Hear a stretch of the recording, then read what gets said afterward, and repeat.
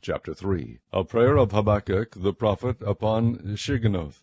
O Lord, I have heard thy speech, and was afraid. O Lord, revive thy work in the midst of the years. In the midst of the years make known. In wrath remember mercy. God came from Teman, and the Holy One from Mount Paran. Selah.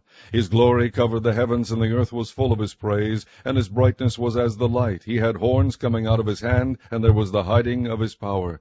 Before him went the pestilence, and burning coals went forth at his feet. He stood and measured the earth. He beheld and drove asunder the nations, and the everlasting mountains were scattered. The perpetual hills did bow. His ways are everlasting. I saw the tents of Cushan in affliction, and the curtains of the land of Midian did tremble. Was the Lord displeased against the rivers? Was thine anger against the rivers? Was thy wrath against the sea, that thou didst ride upon thine horses and thy chariots of salvation?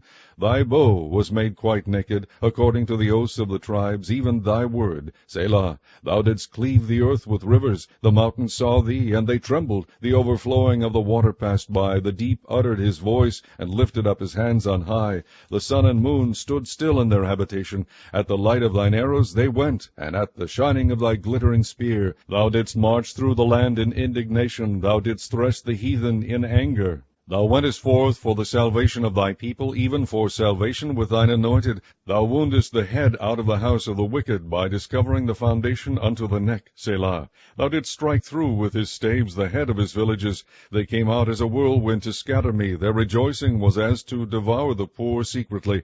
Thou didst walk through the sea with thine horses, through the heap of great waters. When I heard, my belly trembled, my lips quivered at the voice. Rottenness entered into my bones, and I trembled in myself, that I might rest in the day of trouble. When he cometh up unto the people, he will invade them with his troops. Although the fig tree shall not blossom, neither shall fruit be in the vines, the labor of the olive shall fail, and the field shall yield no meat. The flock shall be cut off from the fold, and there shall be no herds in the stalls. Yet I will rejoice in the Lord. I will joy in the God of my salvation. The Lord God is my strength, and he will make my feet like hinds' feet, and he will make me to walk upon mine high places, to the chief singer on my stringed instruments.